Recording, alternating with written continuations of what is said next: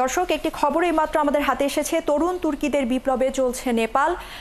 সেই খবরই আমরা জানবো নেপাল থেকে। এই মুহূর্তে আমাদের সাথে যুক্ত হবেন আমাদের সহকর্মী। আমরা একটু দেখতে পাচ্ছি এই মুহূর্তে স্ক্রিনে নেপালের ঠিক এই মুহূর্তের পরিস্থিতি, যেটা জানাচ্ছিলাম যে তরুণ তুর্কিদের বিক্ষোভের কারণে আসলে এই মুহূর্তে জ্বলছে নেপাল। আমরা যদি কাঠমান্ডু এরই মধ্যে রণক্ষেত্রে পরিণত হয়েছে। সেনাবাহিনী এরই মধ্যে কিন্তু নেমেছে, যেটা আমরা জানতে পেরেছি যে এখন পর্যন্ত সেখানে ৮ জনের মৃত্যুর খবরও আমরা পেয়েছি। দর্শক দেখতে পাচ্ছেন আহত শতাধিক এবং ৮ জনের মৃত্যুর খবর এখন পর্যন্ত আমরা জেনেছি। এরই মধ্যে রণক্ষেত্রে পরিণত হয়েছে কাঠমান্ডু। নেপালের খবর আমরা দেখছি, আপনারা দেখছেন স্ক্রিনে, কিন্তু যে আমরা রক্তাক্ত একটি কাঠমান্ডু হয়তোবা দেখছি এই মুহূর্তে, এবং ভিতরে আগুন জ্বলছে। পুরোপুরি রণক্ষেত্রে পরিণত হয়েছে কাঠমান্ডু। নেপালের এই মুহূর্তের পরিস্থিতি আমাদের সহকর্মীরা কিছুক্ষণের মধ্যে আমাদেরকে আরও তথ্য দিতে পারবেন। আমরা কিন্তু ঠিক এই মুহূর্তের পরিস্থিতি জানছি এবং একদমই এই মুহূর্তে আমাদের কাছে যেটুকু তথ্য আছে সেটুকুই আমরা আপনাদেরকে জানানোর এবং দেখানোর চেষ্টা করছি। দর্শক দেখতে পাচ্ছেন আমরা নেপালের পরিস্থিতি দেখছি। এরই মধ্যে ৮ জন নিহত হয়েছে, ৮ জন নিহত হয়েছে এবং শতাধিক আহতের খবর আমরা পেয়েছি। আমাদের সাথে এই মুহূর্তে নিউজ রুম থেকে আমাদের সহকর্মী চৈতি সারোয়ার আমাদের সাথে যুক্ত হবেন এবং আমরা তার কাছ থেকে হয়তো বা আরও কিছু তথ্য, এই মুহূর্তের তথ্য পেতে পারবো। চৈতি, আপনি একটু যদি আমাদেরকে জানান ঠিক কি চলছে এই মুহূর্তে নেপালে। ইসরাত, আপনি যেমনটি বলছিলেন একটু আগে দর্শকদেরকে, যে নেপালে যে সহিংসতা, সেই সহিংসতা কিন্তু খুব হঠাৎ করে একদম উত্তাল একটা সহিংসতায় রূপ নিয়েছে। মূলত নেপালের সামাজিক যোগাযোগ মাধ্যম প্ল্যাটফর্মের উপর থেকে সরকারের যে নিষেধাজ্ঞা ছিল, সেই নিষেধাজ্ঞা প্রত্যাহার এবং দেশটির দুর্নীতির সংস্কৃতির অবসানের দাবিতেই জেনজিরা রাস্তায় নেমেছিল এবং রাজধানীর কাঠমান্ডুতে হাজার হাজার তরুণরা বিক্ষোভ শুরু করে। এবং আজ সোমবার আমরা যেটা দেখতে পেরেছি যে জাতীয় পতাকা উড়িয়ে এবং একই সাথে যে জেনারেশন, যে জেড জেনারেশন আমরা বলে থাকি বা জেনজি যাদেরকে বলি, সেই বিক্ষোভকারীরা জাতীয় সঙ্গীতের মাধ্যমে বিক্ষোভ করে। এবং আমরা আরো যেটা জানতে পেরেছি, সরকার ২৬টি অনিবন্ধিত প্ল্যাটফর্ম ব্লক করার পর শুক্রবার থেকে ফেসবুক, ইউটিউব এবং এক্স, যেটাকে আমরা আগে টুইটার হিসেবে জেনে এসেছি, এক্স সহ বেশ কয়েকটি সোশ্যাল মিডিয়া সাইট ব্যবহার করা যাচ্ছে না, যার ফলে নেপালের সামাজিক যোগাযোগ মাধ্যমের যে ব্যবহারকারীরা রয়েছেন তারা ক্ষুব্ধ এবং বিভ্রান্ত হয়েই মূলত এই রাস্তায় নেমেছেন। এখনো পর্যন্ত যেটা ইসরাত আমরা জানতে পেরেছি, যে সিভিল হাসপাতাল, ন্যাশনাল ট্রমা সেন্টারে চিকিৎসাধীন অবস্থায় ৫ জন বিক্ষোভকারী মারা গেছেন। এর আগে আজকে দিনের শুরুতে সিভিল হাসপাতালে আরো একজন মারা যান এবং হাসপাতালের দায়িত্বরতরা বলছেন যে নিহতদের মধ্যে অনেকের মাথা এবং বুক গুলিবিদ্ধ হয়েছে। সবশেষ খবর পাওয়া পর্যন্ত আমরা যেটা জানতে পেরেছি, এখনো পর্যন্ত ৮ জন মারা গেছেন এবং এছাড়া হতাহত আরো অনেকে আছেন। যারা গণমাধ্যম কর্মী যারা রয়েছেন তারাও যেরকম হতাহত হয়েছেন, একই সাথে আন্দোলনকারীরাও আহত হয়েছেন। বর্তমানে আরো ১০ জন গুরুতর আহত বিক্ষোভকারী হাসপাতালে চিকিৎসাধীন রয়েছেন। এছাড়া সংঘর্ষের সময় যারা আহত হয়েছেন, অনেক বিক্ষোভকারীকে সিভিল হাসপাতাল, এভারেস্ট হাসপাতাল, ট্রমা সেন্টার সহ বিভিন্ন স্বাস্থ্য কেন্দ্রে চিকিৎসা দেওয়া হচ্ছে। এদিন আসলে বিক্ষোভকারীরা নির্দেশনা দেওয়া হয়েছিল সরকারের পক্ষ থেকে, সেই নির্দেশনা ভেঙে তারা পার্লামেন্টে প্রবেশ করে এবং সেখানেই মূলত সংঘর্ষের সূত্রপাত ঘটে। এ সময় পুলিশ জলকামান ছুড়ে, টিয়ার সেল এবং গুলি ছুড়ে পরিস্থিতি নিয়ন্ত্রণের চেষ্টা করে। একটি ব্যাপার যদি আপনার কাছে জানতে চাই, সেটা হচ্ছে যে সরকারের বিরুদ্ধে কেন এই আন্দোলন হঠাৎ করে শুরু হলো?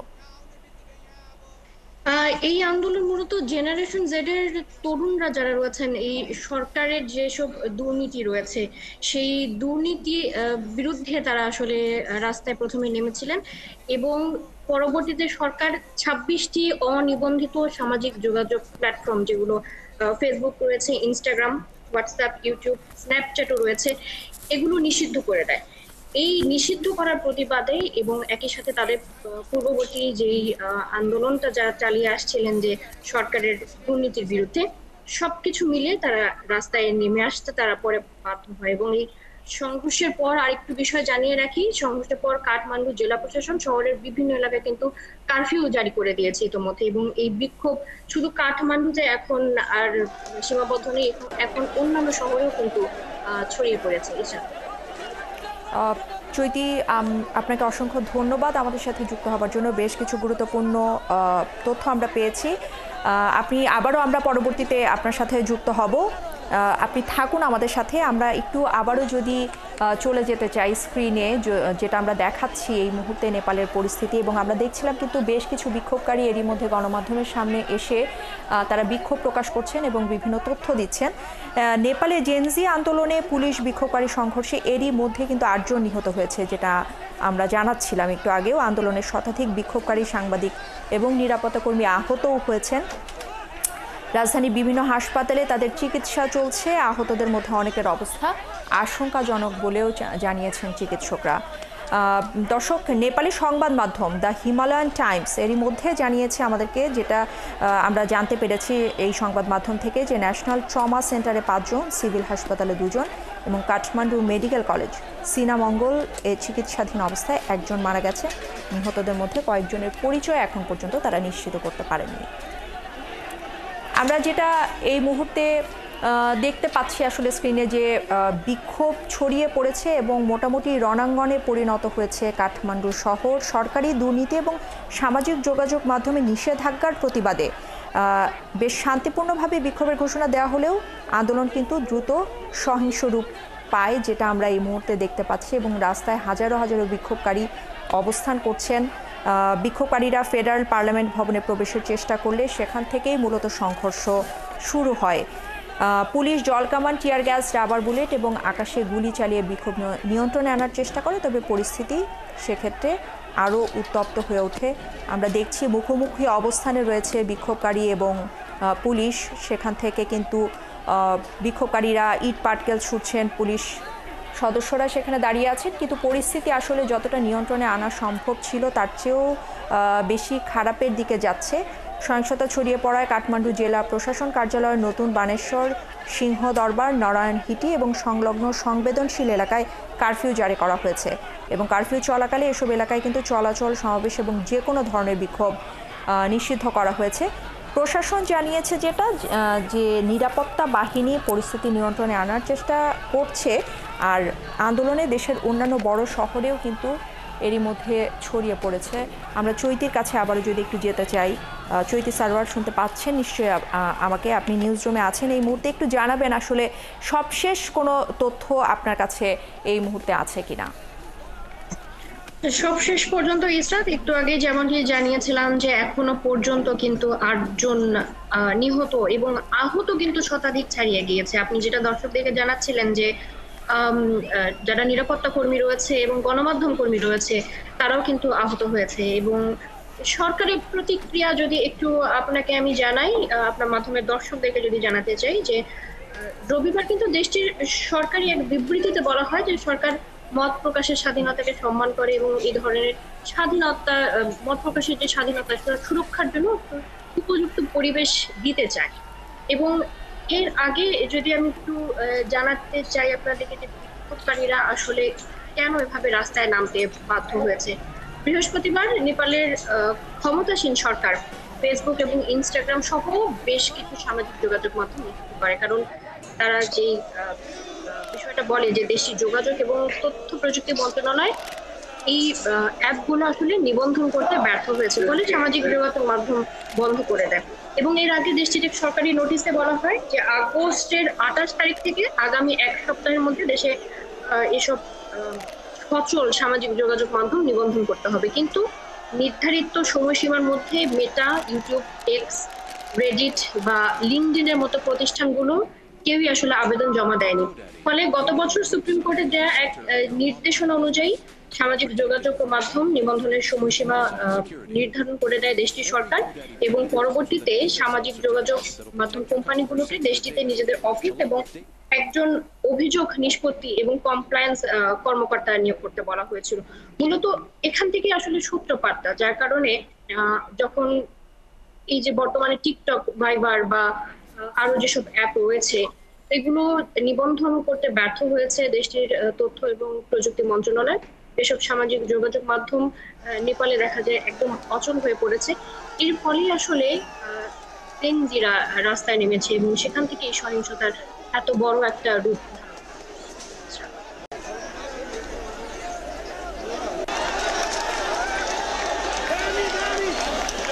চৈতি, আপনাকে ধন্যবাদ, আপনি থাকবেন আমাদের সাথে। আমরা এই মুহূর্তে স্ক্রিনে যেটা দেখতে পাচ্ছি দর্শক, বিক্ষোভ কিন্তু আরও বড় পরিসরে ছড়িয়ে পড়েছে কাঠমান্ডু সহ নেপালের কিন্তু অন্যান্য স্থানেও, যেটা আমরা একটু আগেও জানাচ্ছিলাম যে অন্যান্য স্থানেও এই বিক্ষোভ ছড়িয়ে পড়েছে এবং কোনোভাবেই আসলে নিয়ন্ত্রণে আনা যাচ্ছে না। পুলিশ কিছুক্ষণ আগেও জলকামান, টিয়ার গ্যাস, রাবার বুলেট এবং আকাশে গুলি চালিয়ে বিক্ষোভ নিয়ন্ত্রণের চেষ্টা করেছে, কিন্তু এই মুহূর্তে আমরা দেখতে পাচ্ছি হাজার হাজার বিক্ষোভকারী কাঠমান্ডুর রাস্তায় নেমে এসেছেন।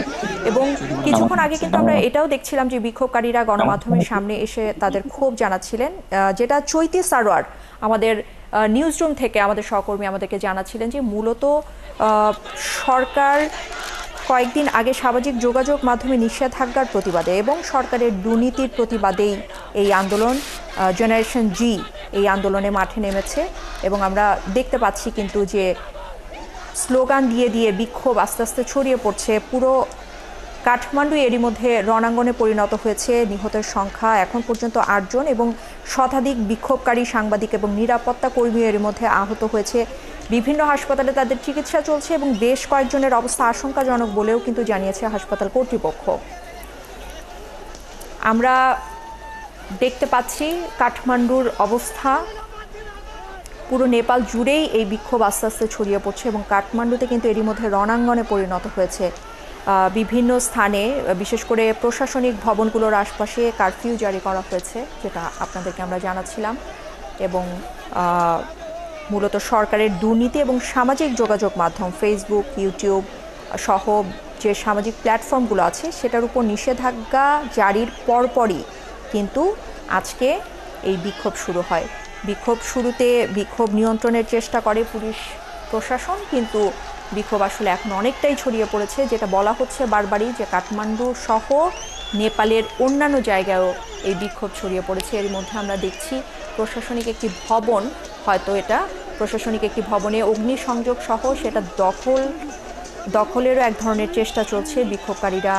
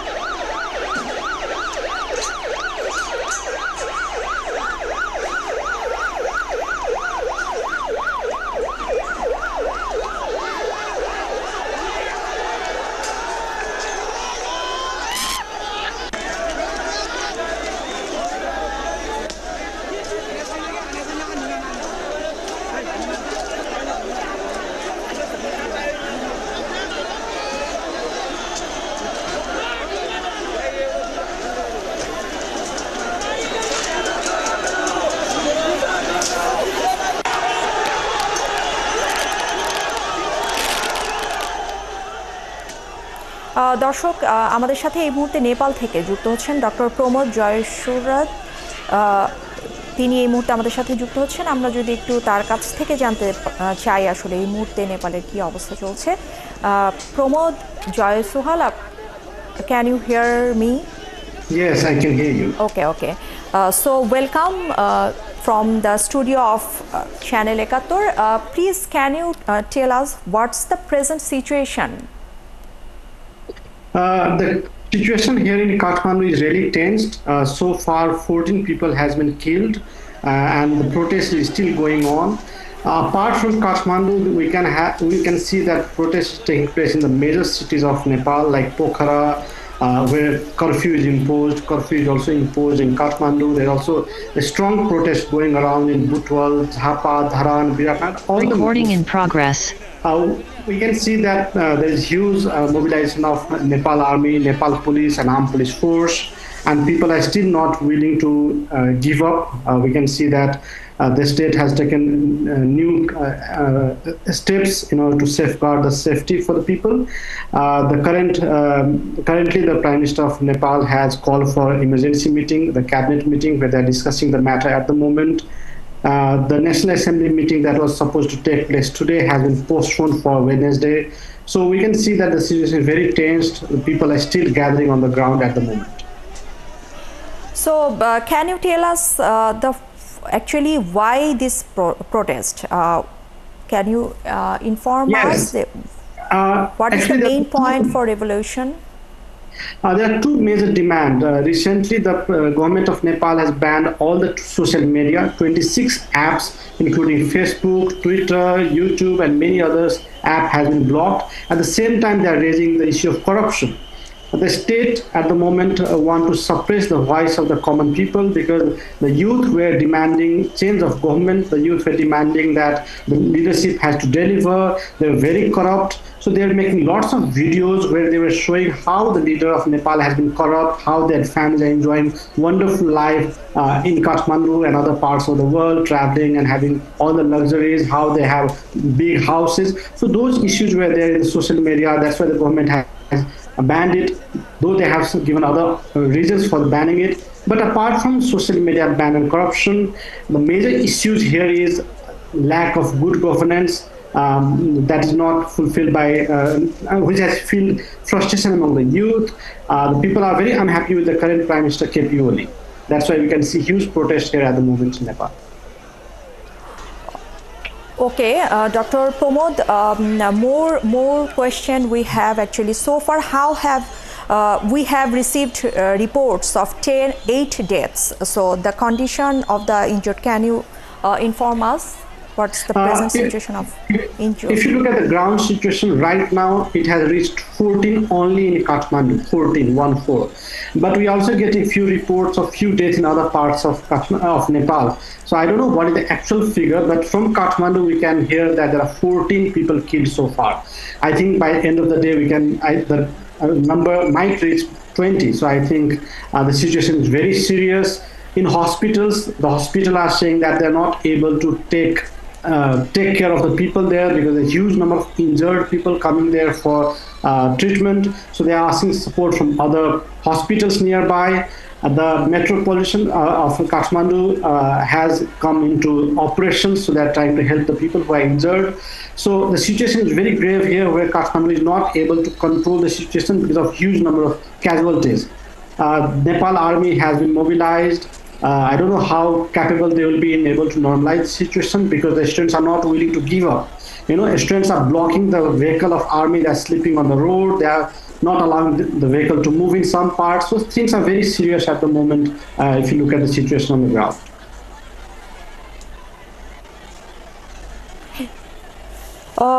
One more thing we have to know that to what extent is the government in control of this situation? If you look at the situation, I think the government is not able to deal with that properly because the students went to the parliament, they were breaking the gate and all. There was not enough security that can really safeguard because the huge turnout of students was not expected by the government. So they had not mobilized enough forces to control the mass.